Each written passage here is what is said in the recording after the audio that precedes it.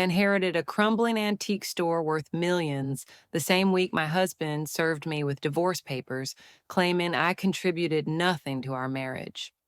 Standing in that dusty shop surrounded by forgotten treasures, I realized he had just made the biggest mistake of his life. My name is Shanice, and if you had asked me 6 months ago what my life looked like, I would have painted you a picture of quiet desperation dressed up as suburban contentment.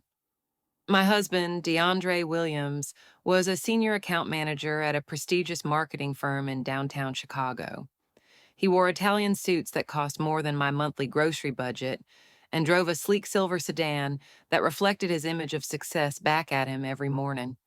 We lived in a tasteful townhouse in Hyde Park, the kind of place with crown molding and hardwood floors that whispered old money even though we were barely keeping up with the mortgage.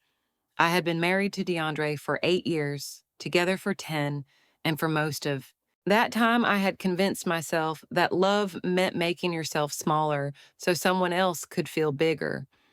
I had quit my job as an art history researcher at the university when we got married because DeAndre said it made more sense for me to focus on building our home, on being the support system he needed to climb the corporate ladder. He promised that once he made partner, once the bonuses started rolling in, I could go back to my passion. That promise, like so many others, evaporated somewhere between year 3 and year 5, disappearing into the fog of his increasing absences and decreasing interest in anything I had to say. Before the story begins, please leave us a comment telling us which state or city you are watching from. Do not forget to like and subscribe so this channel can grow and bring you more exciting stories. Our life had settled into a pattern as predictable as it was suffocating. I woke at 6 to make DeAndre's breakfast, always eggs over medium with turkey, bacon, and whole wheat toast, never varying, because he said consistency was the hallmark of excellence. He would eat while scrolling through his phone, occasionally grunting responses to my attempts at conversation. By 7, he was gone, and I was left in a house that felt too large and too quiet, filled with furniture we had chosen together, but that reflected only his taste, his vision of what our life should look like. I spent my days maintaining the illusion, cleaning rooms that were already clean, shopping for groceries with the household account he monitored, preparing elaborate dinners that he increasingly missed, texting me at 5 or 6 that he had a client dinner, a team meeting that ran late, an emergency presentation to prepare. I would wrap his plate in plastic and put it in the refrigerator, where it would sit untouched until I threw it away 3 days later, the cycle beginning again. In the evenings when he did come home, he was distant, distracted, his mind clearly elsewhere, even as he sat across from me at our dining table. I told myself this was normal, that all marriages went through phases, that the passion and connection we once had would return once the pressure at work eased, once he finally got that promotion he had been chasing for years. I was a master of rationalization, an architect of excuses, building elaborate structures to explain away the growing chasm between us. The only bright spot in my life was my grandmother, Loretta Mae, who had raised me after my parents died in a car accident when I was 7. She lived in a small apartment in Bronzeville, surrounded by the accumulated treasures of a long life, photographs and mementos, and stories that stretched back to a Chicago most people had forgotten. She had worked for 40 years as a seamstress, her fingers nimble and sure, creating beautiful clothes for women who could afford to pay for custom work. She had sacrificed everything to raise me, to make sure I went to college, to see me marry a man she thought would take care of me.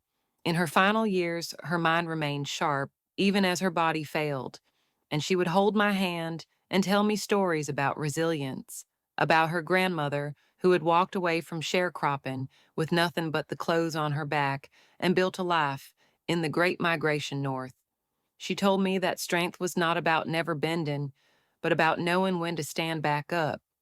I visited her every week, sometimes more, treasuring those hours away from my empty house and emptier marriage. DeAndre rarely came with me, claiming he was too busy, that he had seen her last month, that surely I could go alone. I made excuses for his absence to her concerned eyes, painting a picture of a devoted husband buried under professional obligations. She would nod, but I could see she did not quite believe me, could see the questions she was kind enough not to ask hovering in the air between us. 3 months ago, on a Tuesday afternoon that started like any other, I received the call that would change everything. It was a lawyer, a woman with a crisp professional voice that softened as she delivered the news that my grandmother had passed away peacefully in her sleep.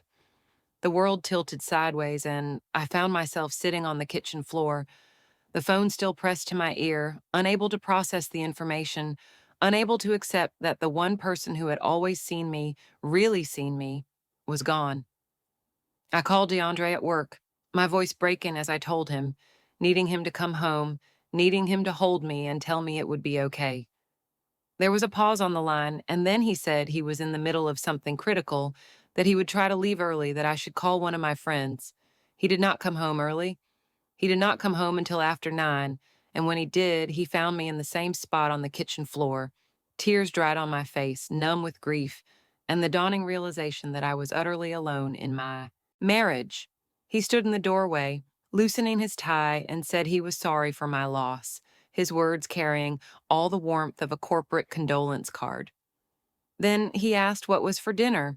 The funeral was small, attended by a handful of her church friends, former clients, and neighbors who remembered her kindness.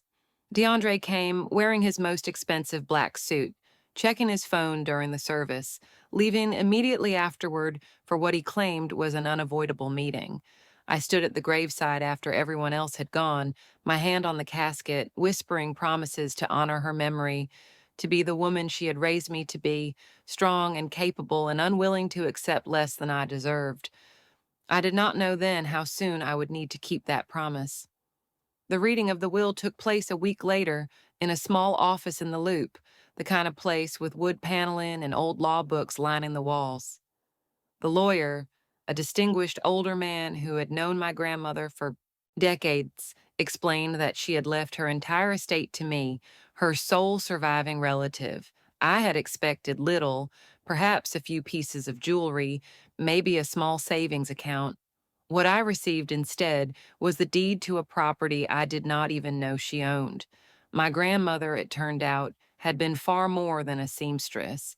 In the 1960s, when Bronzeville was still the heart of Black Chicago, she had saved every penny she could, living frugally, investing carefully, and eventually purchasing a commercial property on a side street near the old Regal Theater.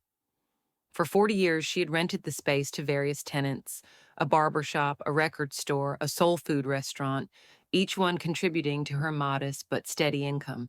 5 years ago, when the last tenant left, she had been too old and too tired to find another, and the building had sat empty, slowly deteriorating, accumulating property taxes and violations.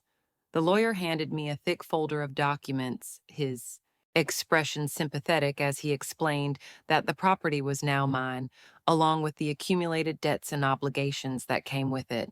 The building needed significant repairs to be rentable, and there were back taxes owed, penalties accruing, a complex tangle of municipal citations.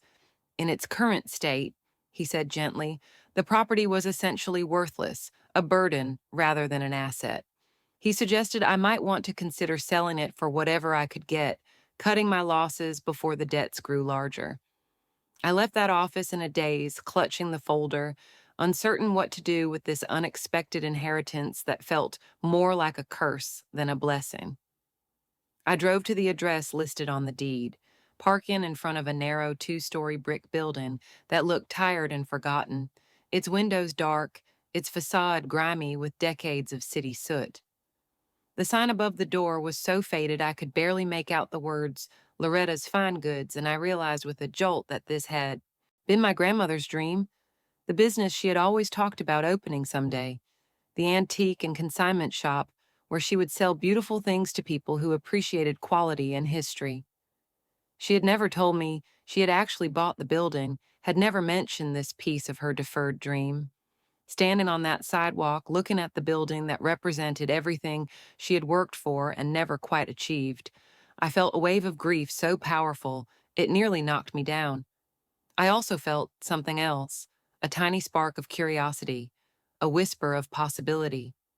I went home and said nothing to DeAndre about the inheritance. Something in me, some instinct I did not fully understand, told me to keep this to myself.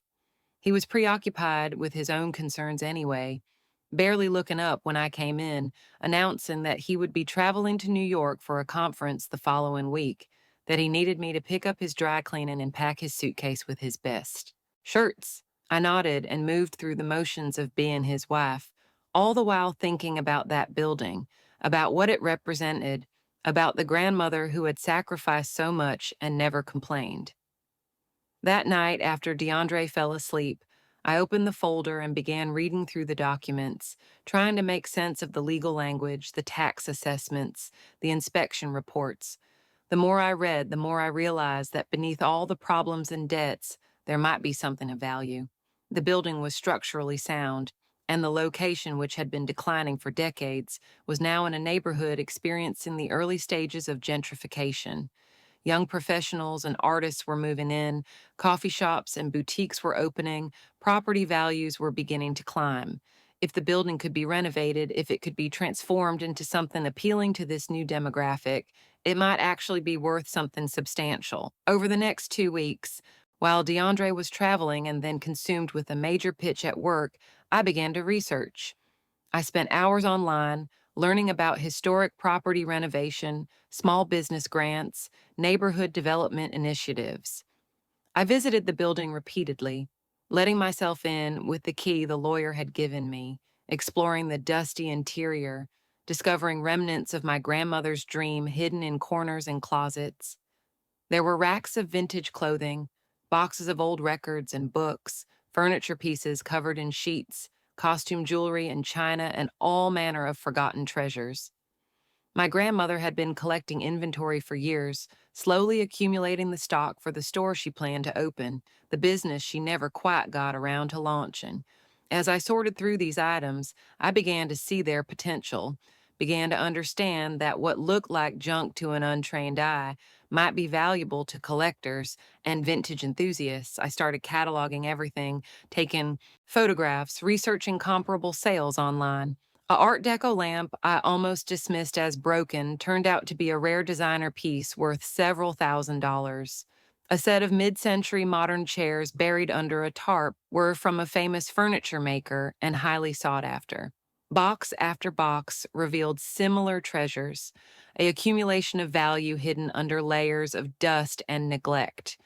I was so absorbed in this secret project that I almost did not notice the changes in DeAndre, the signs that had probably been there for months, but that I had been too numb or too naive to recognize.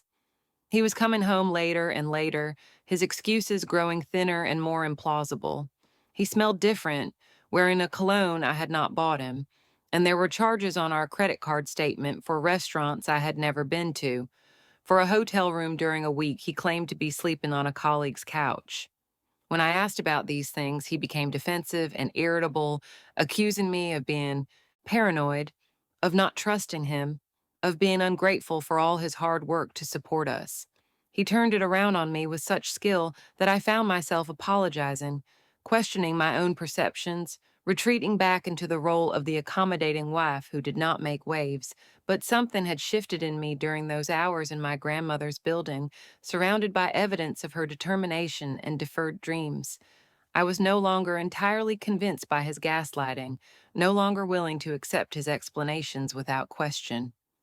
I started paying closer attention, started noticing the pattern of late nights that coincided with his assistant's schedule, started seeing the way he smiled at his phone when he thought I was not looking. One evening, about a month after I received the inheritance, DeAndre came home earlier than expected. I was at the dining table, surrounded by paperwork for the building, so absorbed I had not heard his car in the driveway. He walked in and stopped, staring at the documents spread across the surface, his expression shifting from surprise to suspicion to something colder. He asked what I was working on, his voice tight, and I felt my heart rate accelerate, felt the guilty panic of a child caught doing something forbidden. which was absurd because I was an adult dealing with my own inheritance. I told him the truth, or a version of it, explaining that my grandmother had left me a building, that I was trying to figure out what to do with it. I expected him to be supportive, or at least interested, to see this as a positive development in our otherwise stagnant life. Instead, his face darkened, and he asked why I had not told him immediately, why I was hiding things from him, whether I thought I was smart enough to handle business decisions without his input. The contempt in his voice was unmistakable, and I felt something crack inside me, some foundational belief about our relationship splintering beyond repair. The argument that followed was the worst we had ever had, though calling it an argument was generous, since it was mostly DeAndre berating me while I sat in stunned silence. He told me I was naive and incompetent, that I had no business sense, that the building was obviously worthless, or the lawyer would not have made it sound so negative, that I was wasting time on a fantasy instead of focusing on my responsibilities at home. He demanded to see all the documents, spreading them across the table, and scanning them with the quick dismissive efficiency of someone who had already decided they were unimportant. He seized on the debt figures, the repair estimates, the tax arrears, using them as proof that I had inherited nothing but problems, that this was typical of my family's poor financial decisions, that I came from people who did not understand how wealth actually worked. Each word was a small cruelty designed to diminish and belittle, and I sat there taking it, feeling myself shrink back into the small, accommodating version of myself I had been for years. Then he said something that cut deeper than anything else, remarked that it was probably for the best that my grandmother had not lived to see me fail at this too, just like I had failed at my career, at contributing financially to our household, at being the kind of wife he deserved. I do not remember standing up, do not remember the transition from passive victim to active participant. But suddenly I was on my feet, my voice loud and shaking as I told him to get out, to leave the room, that I did not want to look at him. He laughed, actually laughed, a sound without any humor, and told me this was his house, bought with his money, that I had no right to tell him to do anything. He gathered up all my documents, every paper I had spread on the table, and carried them to his office, locking the door behind him. I stood in the dining room, trembling with rage and humiliation, realizing that this was the reality of my marriage, that I had no power, no autonomy, no respect. I had built my entire adult life around this man, had made myself dependent on his income and his approval, and he knew it, wielded that knowledge like a weapon to keep me compliant and small. That night, sleeping in the guest room because I could not bear to be near him, I made a decision. I would not tell DeAndre anything more about the building. Whatever I did with it, whatever I discovered, whatever potential it held, that would be mine alone, the one thing in my life he could not control or diminish or take away. The next morning, DeAndre acted as though nothing had happened, coming down to breakfast and complaining that his eggs were slightly overdone, that I needed to pay better attention to cooking times. He left for work without another word about the building or the argument, and I understood that in his mind the matter was settled, that he had put me back in my place and expected me to stay there. I smiled and nodded and played the role, but inside I was planning, calculating, understanding that I needed to move carefully and quietly. I retrieved my documents from his office when he was at work, photographing every page for backup and hiding the originals in my car. I opened a separate bank account at a different institution, using my grandmother's address for the statements, transferring the small amount of money I had managed to save over the years from gift checks and the occasional cash I could skim from the grocery budget. It was not much, barely $3,000, but it was mine and it represented the beginning of my independence, the first small step toward a life that did not revolve entirely around DeAndre's approval and control. Over the following weeks, I lived a double life, performing the role of dutiful wife in the mornings and evenings while spending my days at the building, working to transform it from a decrepit shell into something valuable. I could not afford contractors, so I did much of the work myself, cleaning and painting, repairing what I could with the help of instructional videos online, learning skills I had never imagined I would need. The physical labor was exhausting and sometimes frustrating, but it was also deeply satisfying, each small improvement a visible marker of my progress, proof that I was capable of creating something meaningful. I started listing some of the vintage items online, carefully researching each piece to set appropriate prices, photographing them in the best light, writing detailed descriptions that highlighted their history and provenance. To my surprise and delight, things began to sell, slowly at first and then with increasing frequency, each transaction adding to my secret bank account, each payment a small vote of confidence in my abilities. I discovered I had a talent for this work, an eye for quality and a knack for understanding what buyers wanted. Skills I had developed during my years studying art history, but never imagined applying in a commercial context. As my confidence grew, so did my awareness of just how dysfunctional my marriage had become. DeAndre's absences were more frequent and less explained, his irritability more pronounced, his criticism more cutting. He complained constantly about my cooking, my appearance, my conversation, finding fault with everything I did or said. Where once I would have internalized this criticism, believing that if I just tried harder or did better, he would be satisfied, I now recognized it for what it was, a systematic campaign to undermine my self-worth and maintain his control. I started documenting everything, keeping a journal of his comings and goings, noting the inconsistencies in his stories, the suspicious charges on our credit card statements. I was not sure what I was preparing for, but some instinct told me that information was power, that I might need evidence of his behavior someday. I also began to educate myself about divorce law in Illinois, reading articles and forums late at night when DeAndre was asleep or away, understanding the process, learning what rights I had and what I might be entitled to in a separation. The catalyst came on a Saturday in late spring, one of those perfect May mornings when Chicago shakes off the last of winter and remembers how to be beautiful. DeAndre had claimed he needed to go into the office for a few hours to finish a presentation, and I had nodded and wished him luck, waiting until his car was out of sight before heading to the building for a full day of work.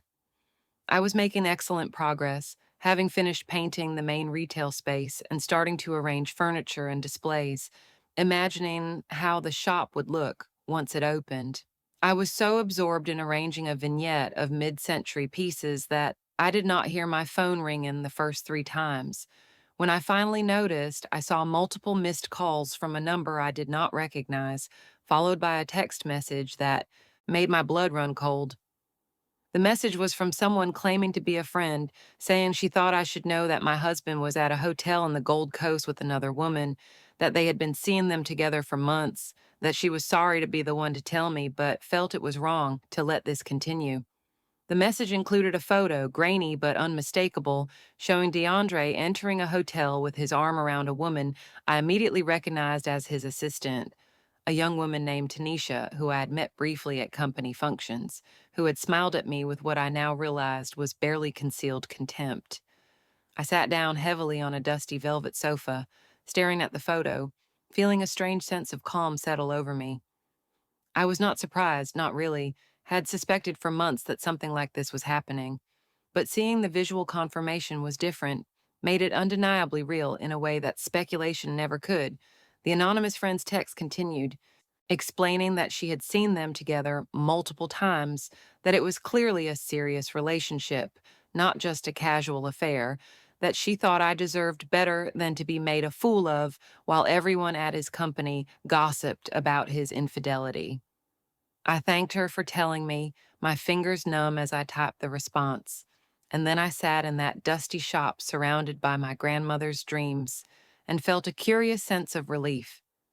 The marriage was over, had probably been over for years, and now I had permission to stop pretending otherwise, to stop making excuses and accepting unacceptable behavior. I also felt afraid, a cold, practical fear about what divorce would mean, how I would survive, where I would live, whether I would lose everything I had been working toward. I did not confront DeAndre immediately, did not scream or cry or demand explanations. Instead, I went home, put on my perfect wife mask, and acted as though nothing had changed, asking how his work had gone, whether he wanted lunch, commenting on the nice weather. He seemed satisfied with my performance, relaxing into his role as the hard-working husband who deserved to be catered to, complaining about his demanding boss and challenging projects while I nodded sympathetically and refilled his coffee. Inside, my mind was racing, calculating, planning. I knew that if I confronted him without preparation, without protection, I would lose whatever small advantages I had.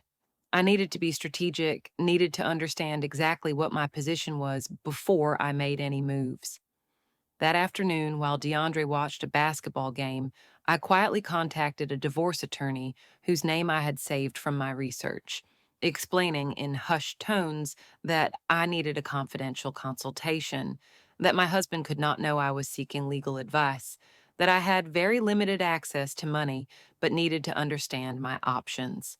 The attorney, a woman whose voice carried both warmth and steel, agreed to meet me the following Tuesday, telling me to bring any financial documents I could access, any evidence I had of the affair, any information about our assets and debts.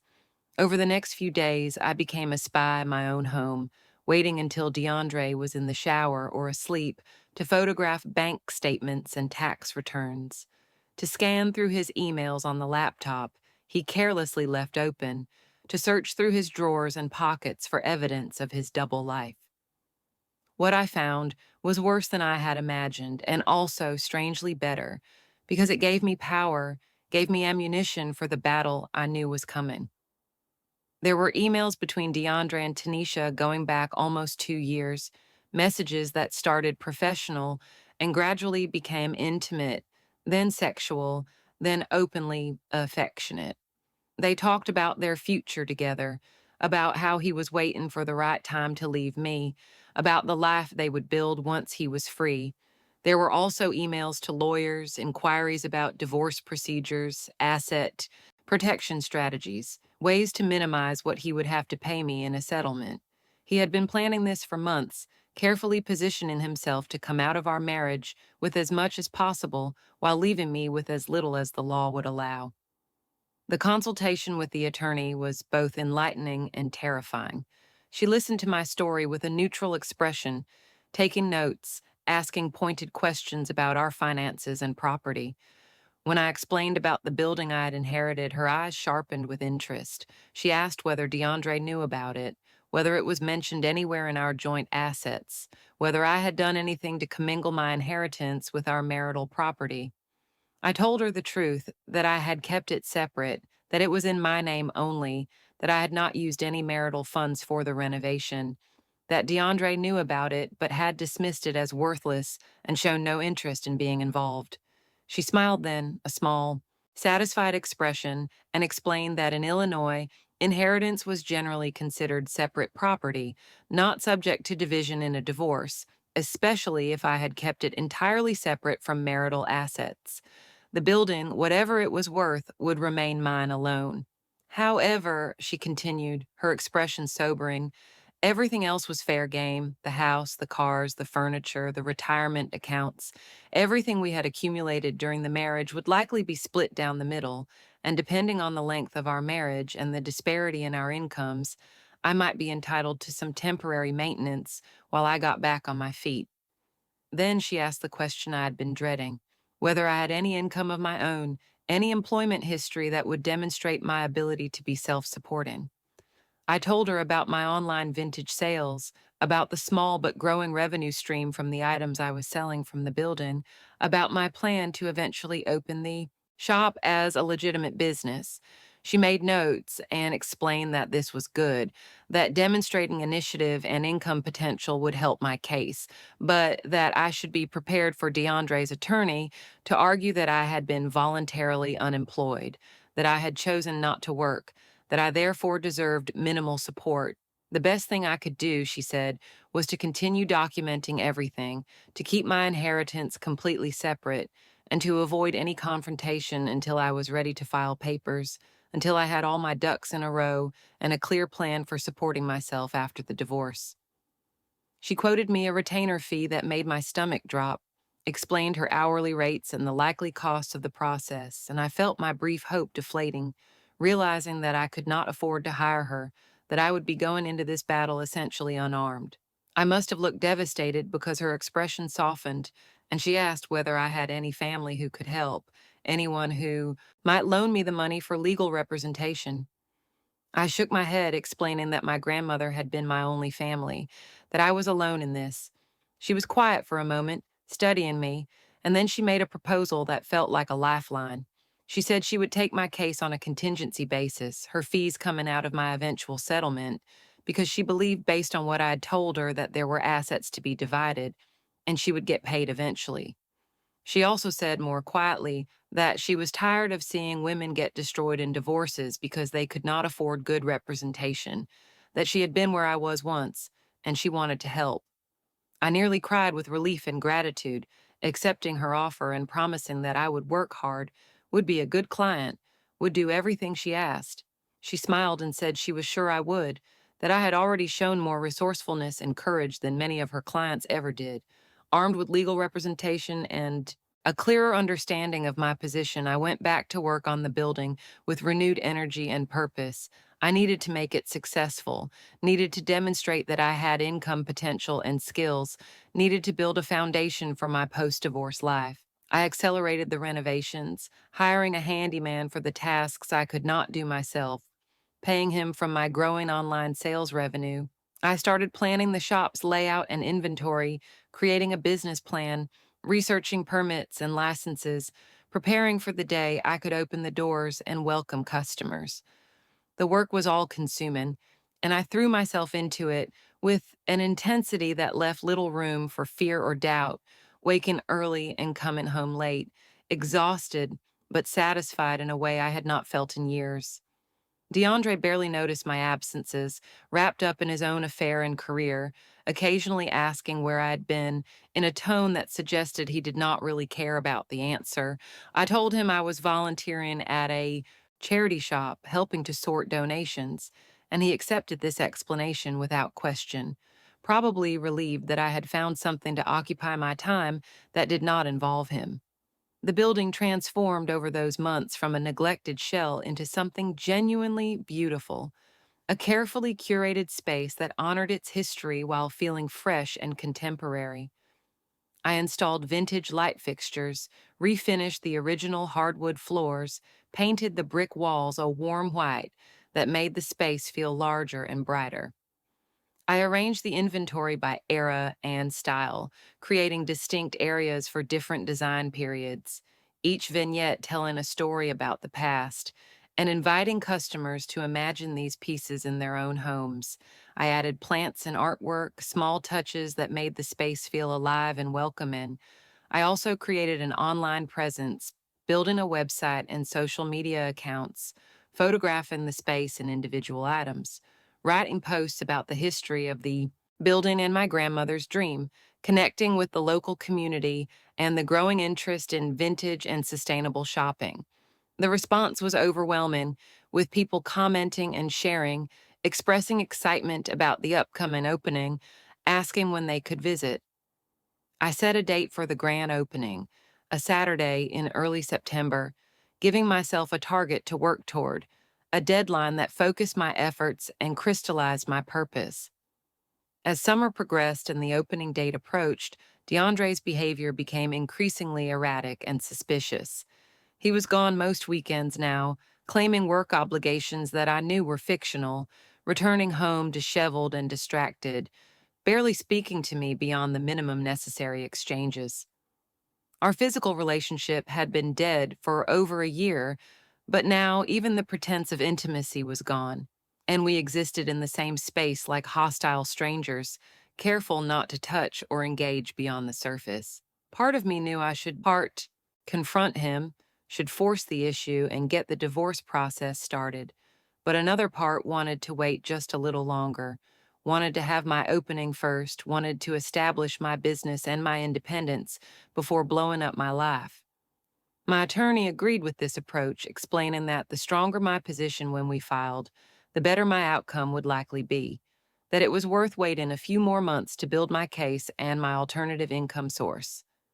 Then, 3 weeks before my scheduled opening, DeAndre came home early on a Thursday afternoon and asked me to sit down, saying he needed to talk to me about something important. My heart began to race, wondering if he somehow knew about my plans, if he had discovered my meetings with the attorney, or seen my business preparations. I sat across from him in our living room, the space feeling formal and cold, waiting for whatever blow he was about to deliver. He did not look angry or suspicious, just determined and slightly uncomfortable, like someone about to perform an unpleasant but necessary task. He cleared his throat and said he had been doing a lot of thinking about our marriage, about our future, about what he wanted from life. He said he was not happy, had not been happy for a long time, that we had grown apart and become different people with different goals, that he thought we would both be better off going our separate ways. He was asking for a divorce, he said, trying to make it sound mutual and civilized, as though this were a joint decision rather than his unilateral choice. I sat very still, my face carefully neutral, and asked him when he had come to this decision, how long he had been unhappy, whether there was someone else. He had the audacity to look hurt at the accusation, to claim that there was no one else, that this was purely about our incompatibility, about giving us both a chance at happiness with people who were better suited to us. The lies came easily to him, smooth and practiced, and I realized he had rehearsed this speech, probably with Tanisha, probably planning how to position himself as the reasonable party making a difficult but mature choice. He continued, explaining that he wanted to handle this amicably, without lawyers and fighting, that we should just sit down together and divide everything fairly, that he would make sure I was taken care of, that he was not trying to hurt me, but rather to free us both.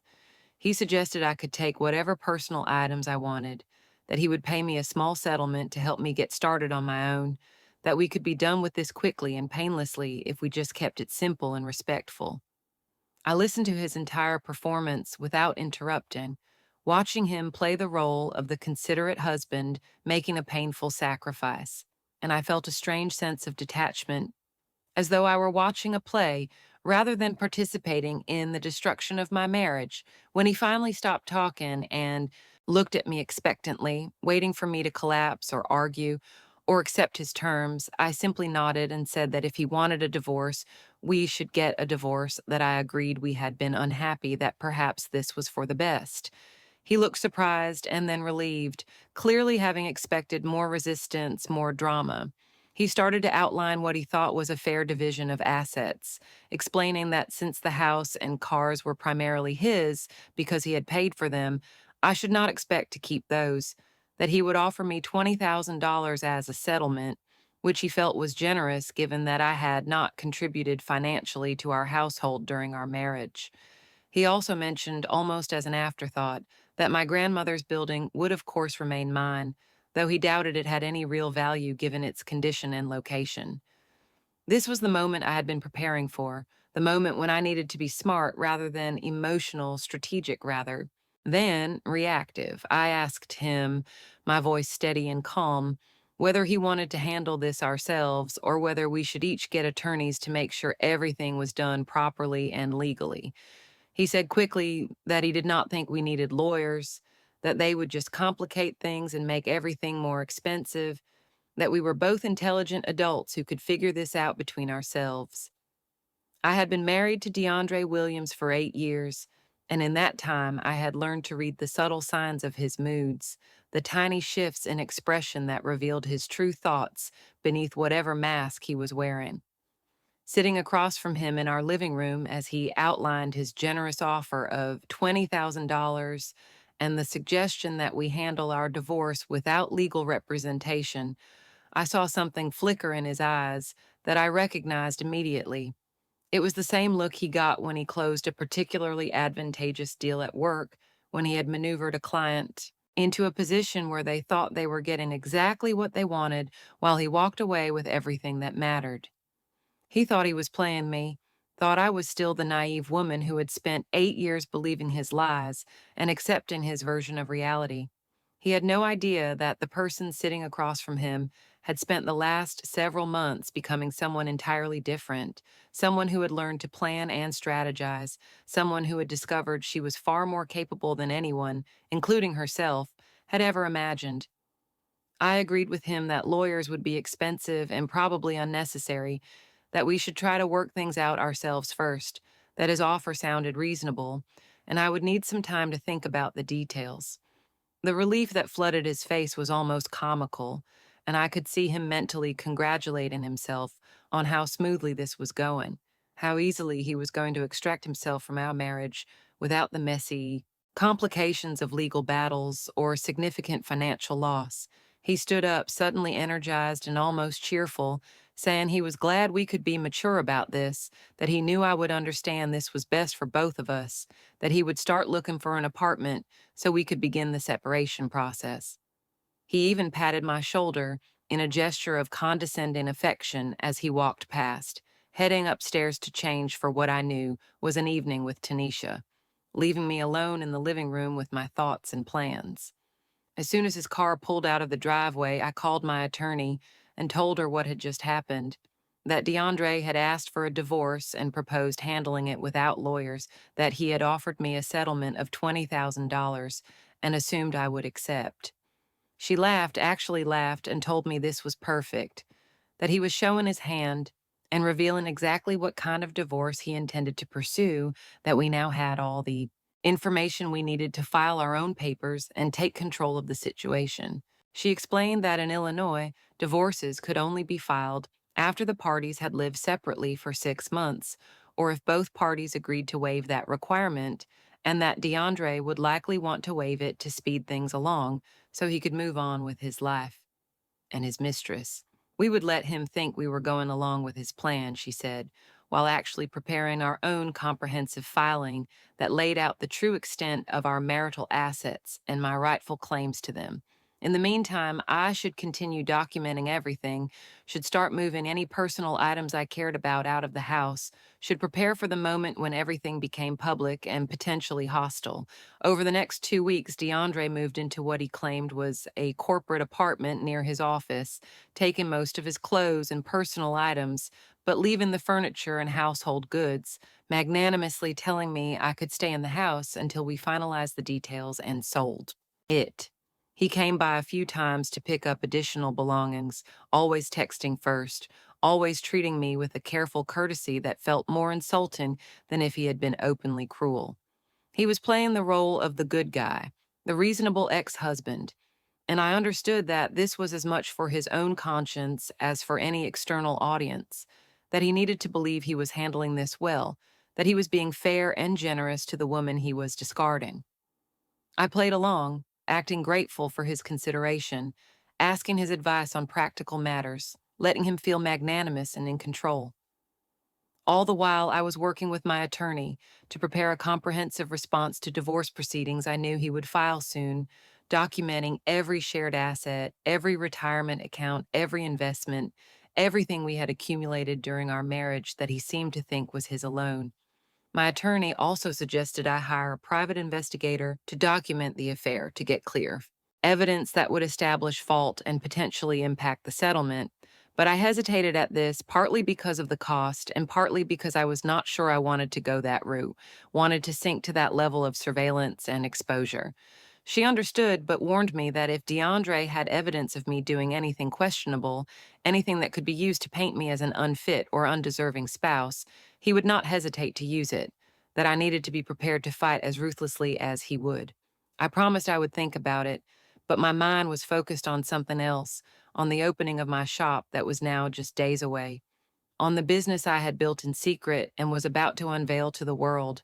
I had sent out invitations, posted announcements on social media, contacted local press about this new vintage shop opening in a historically significant building in an up-and-coming neighborhood. The response had been enthusiastic, with people expressing genuine excitement about the concept and the inventory, about supporting a Black-owned business focused on sustainability and history. The night before the opening, I could not sleep, my mind racing with last-minute details and larger anxieties about what I was about to do. about how public I was about to make my secret life. DeAndre did not know about the opening, had not asked about the building since our initial argument months ago, had apparently forgotten about it entirely in his focus on his own plans and his new relationship. Part of me knew I should tell him, should give him some warning that his soon to be ex wife was about to become a small business owner. But another part wanted him to find out the way everyone else would, wanted him to be surprised, wanted him to see that I had been building something significant while he was busy destroying our marriage. I also knew, from a strategic standpoint, that the opening needed to happen before he filed divorce papers, needed to be established as a pre separation venture, so there could be no question that this was my business, built with my inheritance and my labor, having nothing to do with him or our marriage. The opening day was unseasonably cool for early September, a crisp autumn morning that felt like a gift, like the universe providing perfect weather for this new beginning. I arrived at the shop at dawn, doing final preparations, arranging displays, setting up the cash register and credit card system, putting out flowers and refreshments for the guests I hoped would come. I had hired 2 part-time employees, young women from the neighborhood who were excited about the concept and passionate about vintage fashion and design, and they arrived early to help, their energy and enthusiasm buoying my nervous excitement. At 10 o'clock, the official opening time, I unlocked the door and stepped outside to turn the sign from closed to open, and my breath caught in my throat. There was a line of people waiting, at least 30 or 40, stretching down the sidewalk, people who had seen my posts and wanted to be part of this opening, who were curious about the shop and eager to explore. I welcomed them in, fighting back tears of gratitude and disbelief, and watched as they spread through the space, exclaiming over items, trying on vintage clothing, asking questions about provenance and history, connecting with the vision I had worked so hard to create.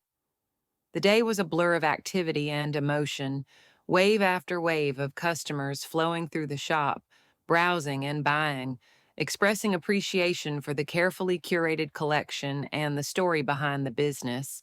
Local journalists came and took photographs, interviewed me about my grandmother and her legacy, about the neighborhood's history and the shop's role in its revitalization.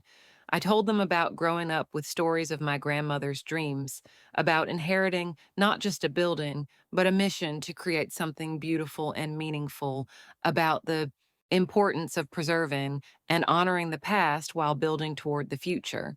I did not mention my impending divorce or the fact that this business was also my escape route, my path to independence, my proof that I was more than the woman DeAndre had dismissed as incompetent and insignificant.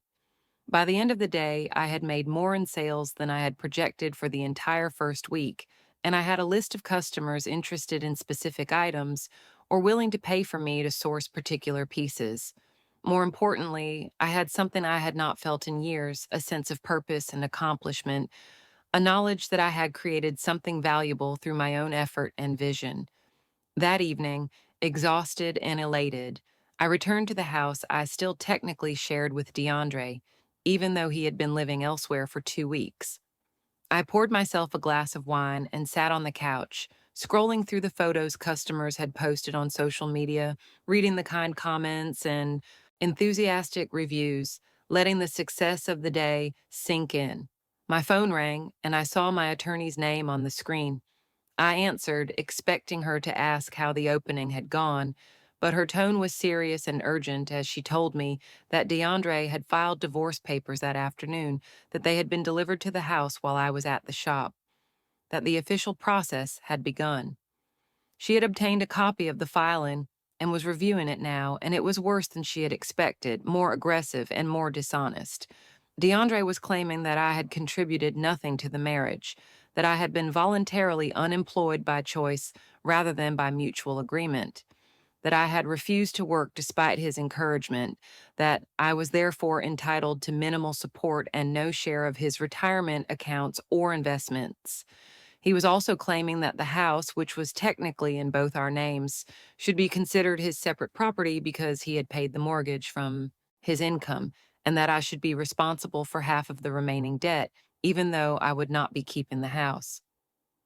I listened to her outline the various false and misleading claims in his filing, feeling a cold rage building in my chest, a fury that was clean and focused rather than scattered and emotional. He was not just leaving me, he was trying to destroy me, trying to paint me as a lazy opportunist who had taken advantage of his generosity and now deserved nothing. My attorney asked whether I was ready to file our response, whether I wanted to move forward with our comprehensive counterfiling that would reveal the true extent of our assets and his infidelity, that would demand a fair division and appropriate maintenance, that would fight his narrative with documented facts. I said yes without hesitation, told her to file everything we had prepared, told her I was done being accommodating and strategic, that it was time to stop hiding and start fighting. She said she would file first thing Monday morning and that I should prepare for things to get ugly, that DeAndre would not react well to being challenged, that he would likely escalate in response. I told her I understood, that I was ready, that I had spent too many years being afraid of his reactions, and I was done letting that fear control my choices. The response we filed 3 days later was a document I wished I could have framed, a comprehensive and devastating rebuttal to every claim DeAndre had made.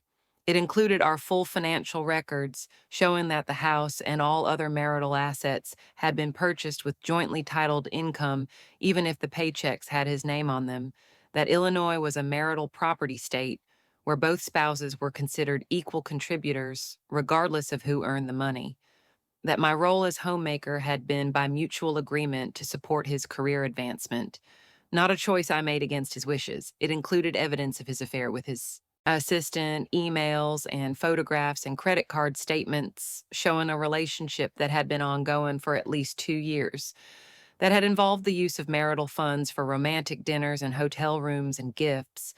It demanded an equal division of all marital assets, including his retirement accounts and the equity in our home, and it requested temporary maintenance while I established my business, an amount calculated based on the standard of living we had maintained during the marriage. Most importantly, it included documentation of my recently opened business, showing that I was a working adult with income and ambition, that I was not the unemployed dependent he had portrayed, that I had been building something significant while he was busy betraying our marriage. DeAndre's reaction when the papers were served was explosive. He called me repeatedly, leaving voicemails that started angry and became increasingly unhinged, accusing me of lying and manipulation, of stealing his money, of trying to destroy his reputation, of being vindictive and cruel. I did not answer or return his calls, following my attorney's instruction to have no direct contact, to let all communication go through legal channels. He showed up at the house, banging on the door and demanding I let him in, yelling that we needed to talk about this reasonably, that I was being irrational and needed to calm down and think about what I was doing. I called the police, and they came and escorted him away, reminding him that since he had moved out voluntarily, he could not simply show up and demand entry, that he needed to respect my space and my rights. The officer who spoke to me afterward, a middle-aged black woman with kind eyes, told me quietly that she had seen this pattern many times. Men who were fine with divorce when they thought they held all the power, but became enraged when their wives fought back, and that I should document everything, should keep records of his harassment, should not hesitate to call if he showed up again or made me feel unsafe. The next few weeks were a masterclass in legal maneuvering and personal endurance. DeAndre hired an aggressive attorney, a man known for scorched earth tactics in divorce cases, and they came at me hard, filing motion after motion, demanding detailed accounting of every dollar I had spent from our joint accounts for years, questioning every claim I made, trying to prove that I was lying or exaggerating or somehow cheating. They subpoenaed my bank records, including the separate account I'd opened, and tried to argue that money should be considered marital property, that I had been hiding assets just as I was accusing DeAndre of doing. My attorney shut that down quickly, demonstrating that every penny in that account had come from my inheritance, from the sale of items that had belonged to my grandmother, that I had meticulously kept those funds separate from any marital money. They demanded information about my business, about the building and its value, trying to argue that since I had started renovating while still married, the increased value of the property should be considered a marital asset.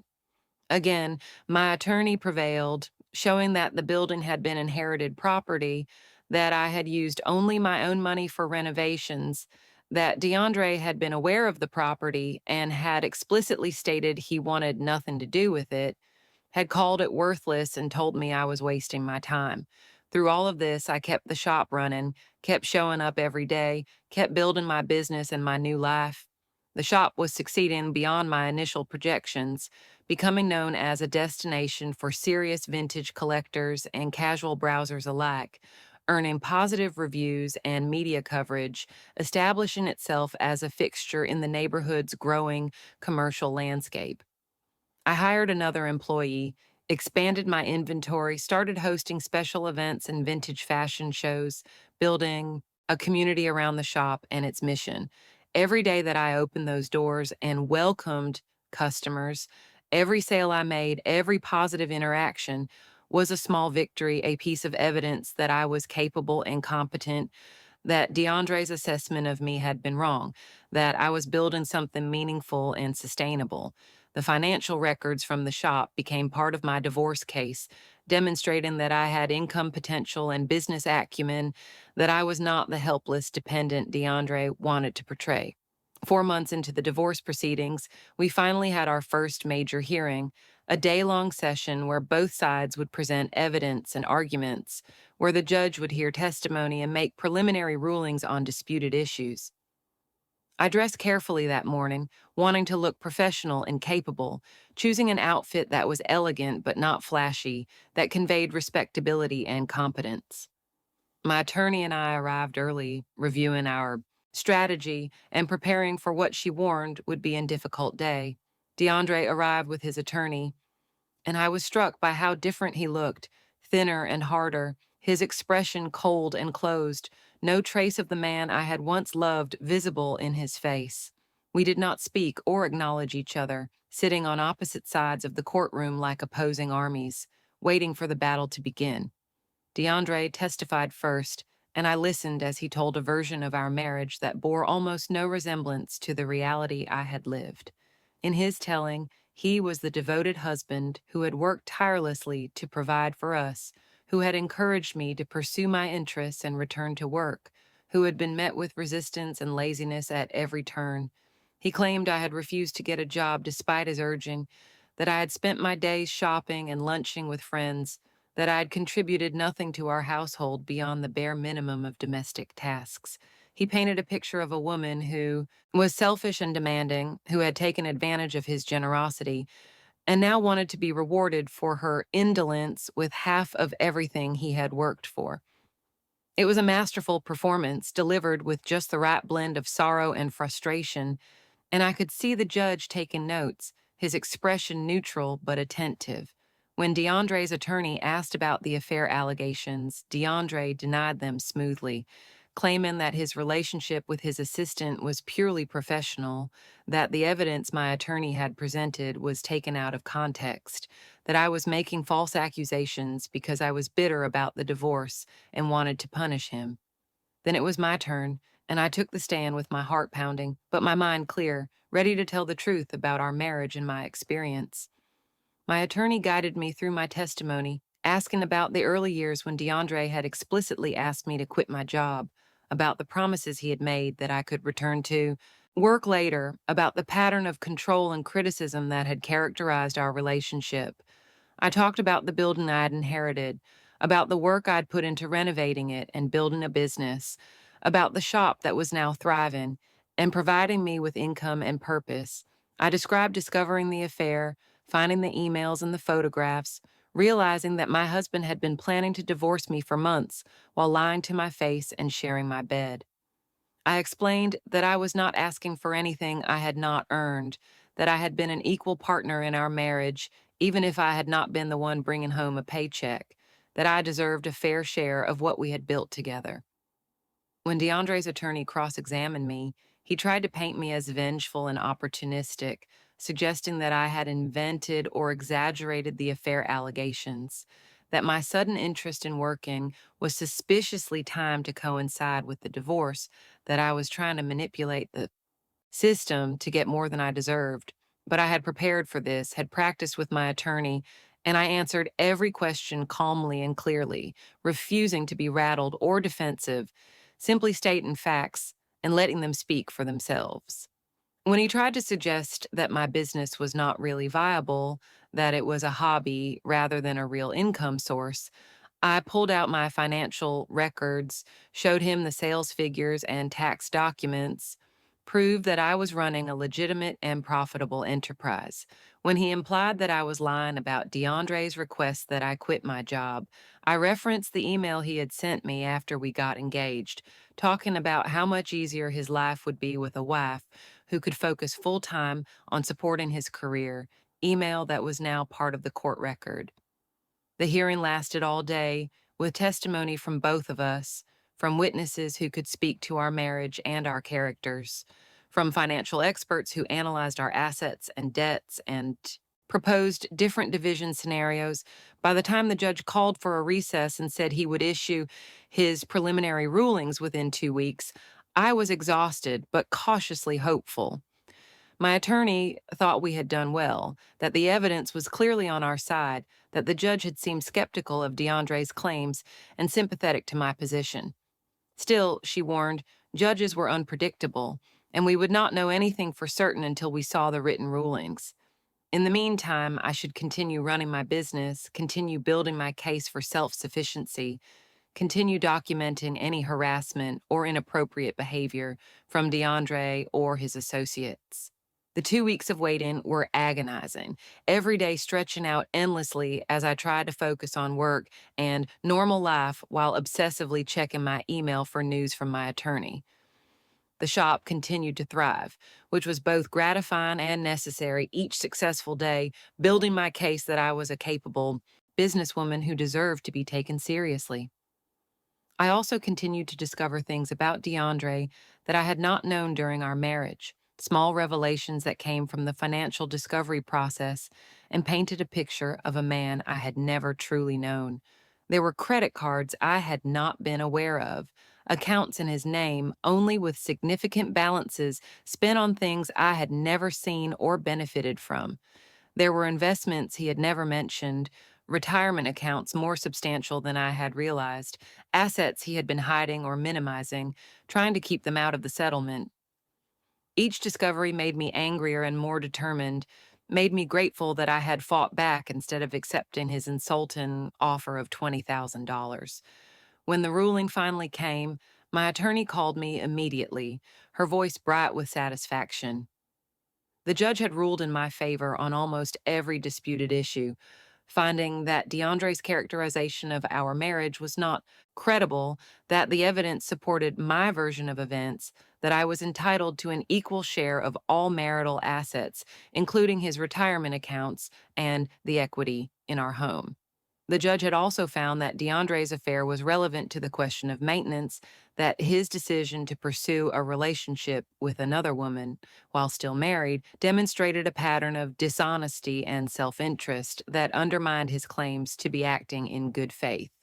I was awarded temporary maintenance at a level that would allow me to continue building my business without financial desperation, and the judge ordered a full appraisal of all assets to ensure accurate division. I was thrilled, but my attorney cautioned me that this was just preliminary, that DeAndre could appeal these rulings, that we still had months of negotiation and possibly trial ahead of us before everything was finalized. She was right to be cautious because DeAndre's response to the ruling was to dig in harder, to refuse any settlement discussions, to insist on taking everything to trial, apparently preferring to spend tens of thousands on legal fees rather than give me what the judge had already said I deserved. His behavior became increasingly erratic and vindictive, showing up at the shop at random times, standing outside and glaring through the windows, making my employees and customers uncomfortable. He posted negative reviews online under fake names, claiming the merchandise was overpriced and poor quality, trying to damage my business's reputation. He contacted my few remaining friends, telling them his version of events, trying to turn people against me and isolate me further.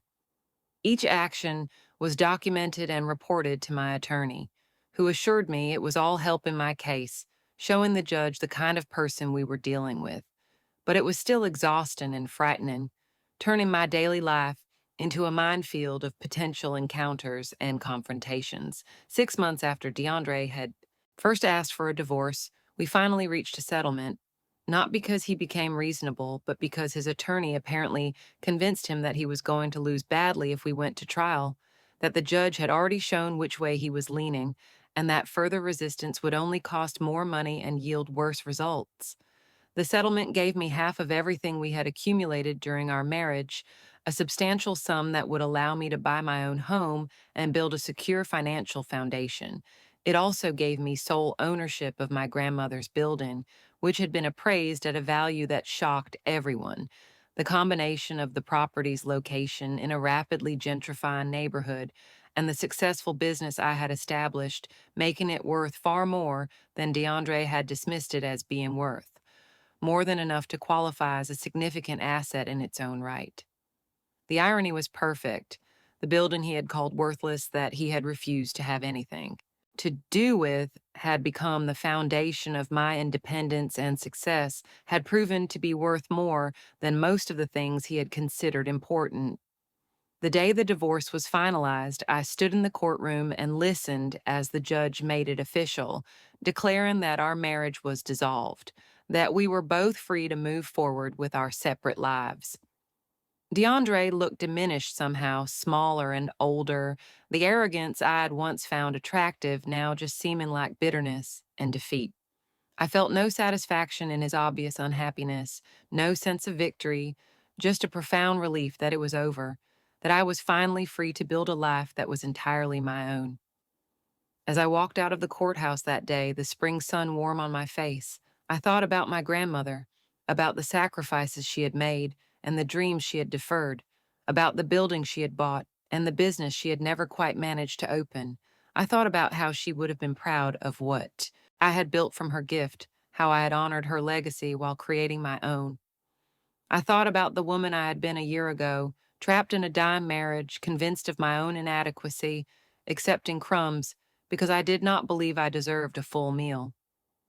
That woman felt like a stranger now, someone I barely recognized, and I was grateful for the transformation, even though it had come through pain and betrayal. The years since the divorce have been the richest and most fulfilling of my life, not because everything has been easy, but because I have been living authentically, building something meaningful, making my own choices, and accepting the consequences. The shop has grown and evolved, expanding to include a small cafe and event space, becoming a community hub where people gather not just to shop, but to connect, to attend vintage fashion workshops and estate sale seminars, to be part of something larger than commerce. I have hired a staff of talented people who share my vision and values, who bring their own creativity and passion to the business, who have become friends as well as colleagues. I have bought a small house in the neighborhood, a craftsman bungalow with a front porch and a garden, a space that is entirely mine, decorated with pieces from the shop and filled with things I love. I have reconnected with old friends and made new ones, built a life that is full and varied, that includes culture and travel and adventure, that is no longer constricted by someone else's expectations or limitations. I have also, unexpectedly, found love again, though I was not looking for it and did not think I was ready. He is a professor at the university, a historian who came into the shop looking for research materials and stayed to talk about neighborhood history and urban development and the stories objects can tell about the people who own them. We have been together for 2 years now, taking things slowly, building a relationship based on mutual respect and genuine interest, sharing our lives without losing our independence. He encourages my work and celebrates my success, asks about my day, and listens to the answer, treats me as an equal partner in all things. The contrast with my marriage to DeAndre is so stark, it sometimes seems impossible that both relationships existed in the same lifetime, that I am the same person who once accepted so much less than I deserved.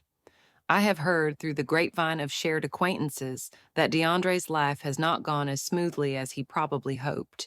His relationship with Tanisha ended badly within a year of our divorce, apparently unable to survive the transition from exciting affair to mundane reality, and he has been through several relationships since, none lasting more than a few months. His career stalled after he left the firm under circumstances that were never entirely clear, and he now works for a smaller company at a lower salary. His trajectory no longer the ascending arc he once assumed was inevitable.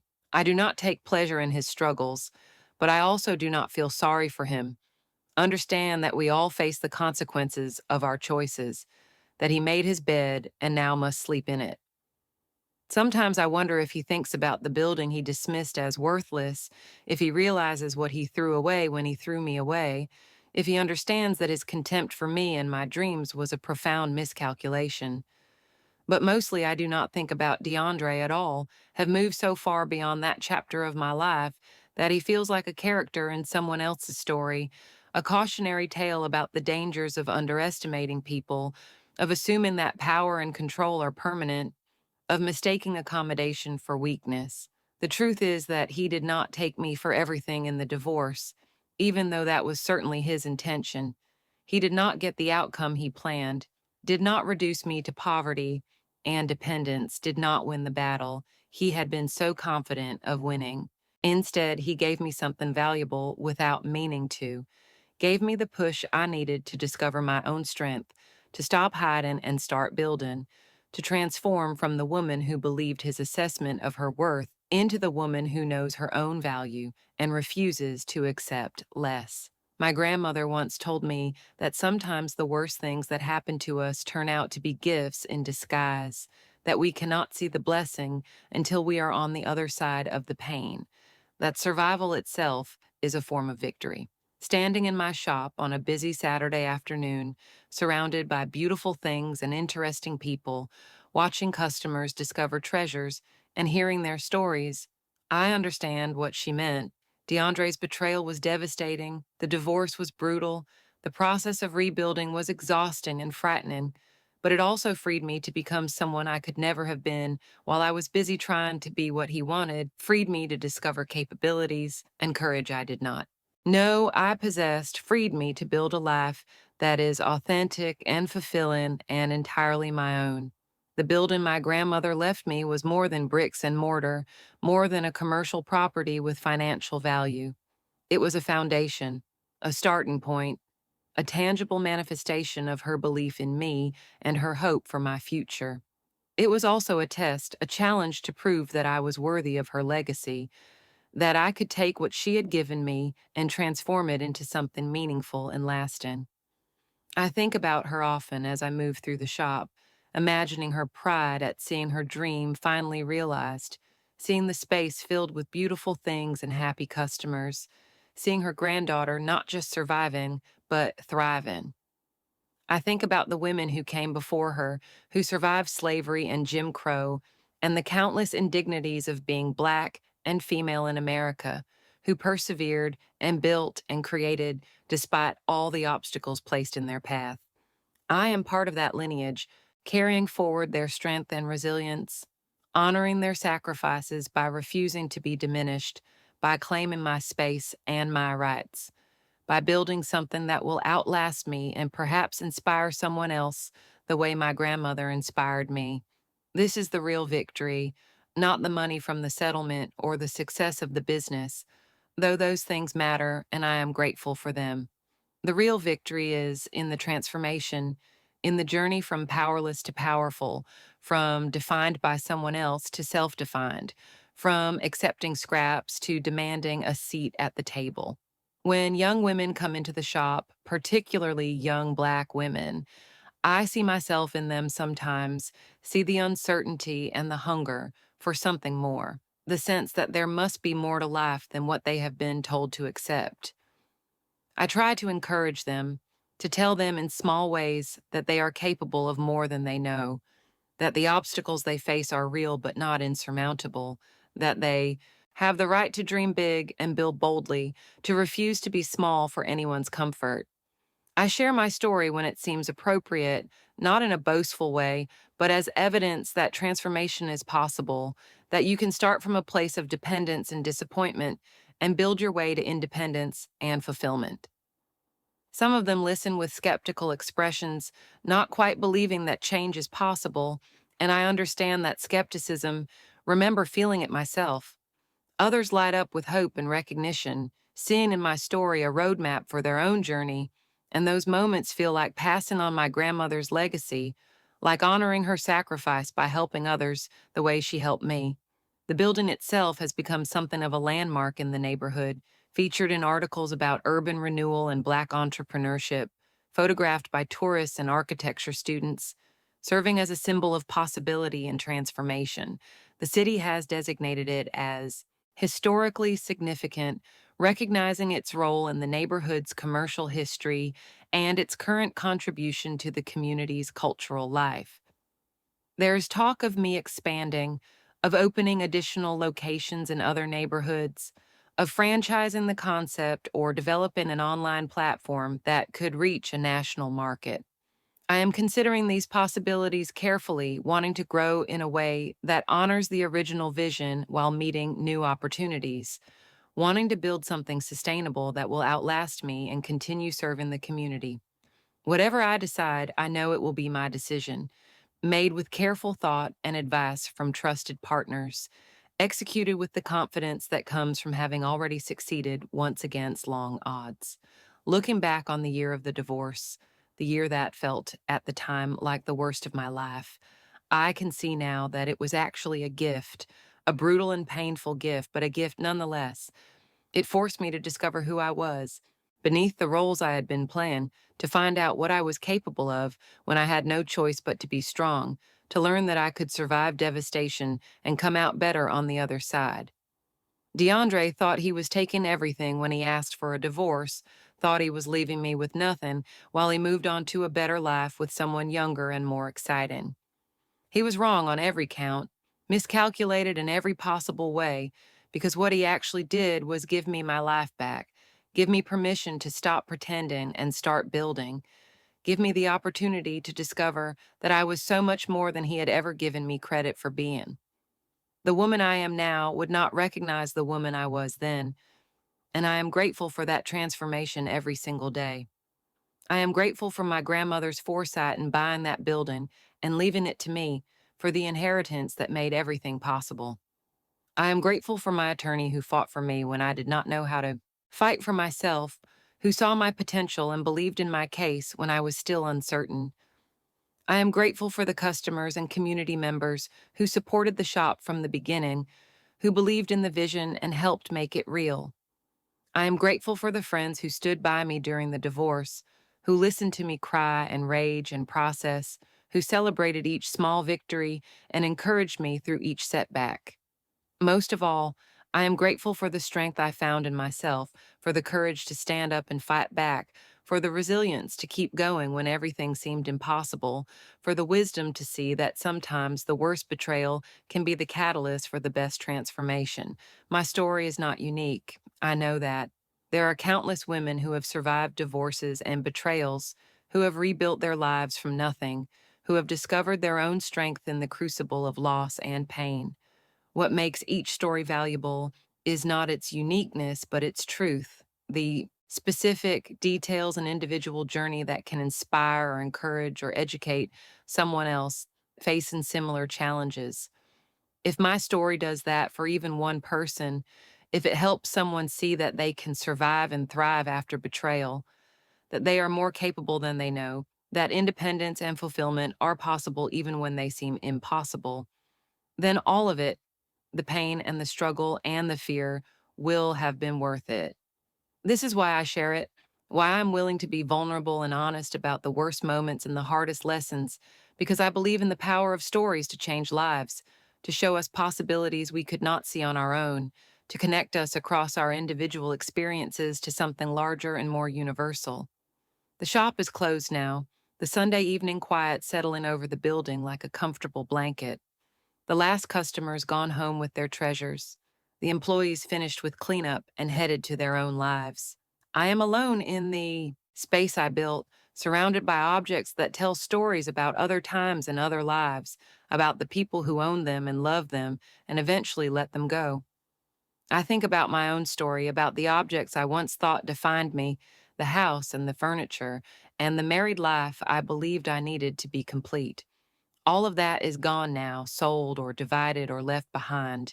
And yet, I am more complete than I ever was when I had those things, more whole and more myself.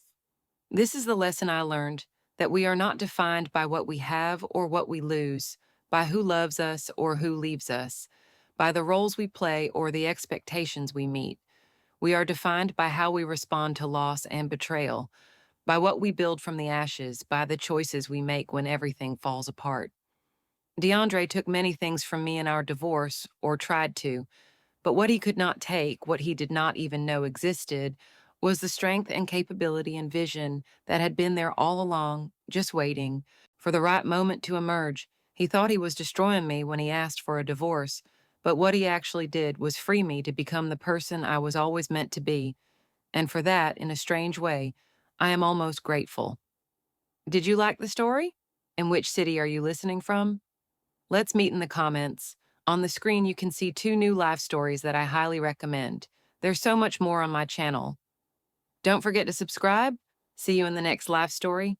With love and respect, Katura.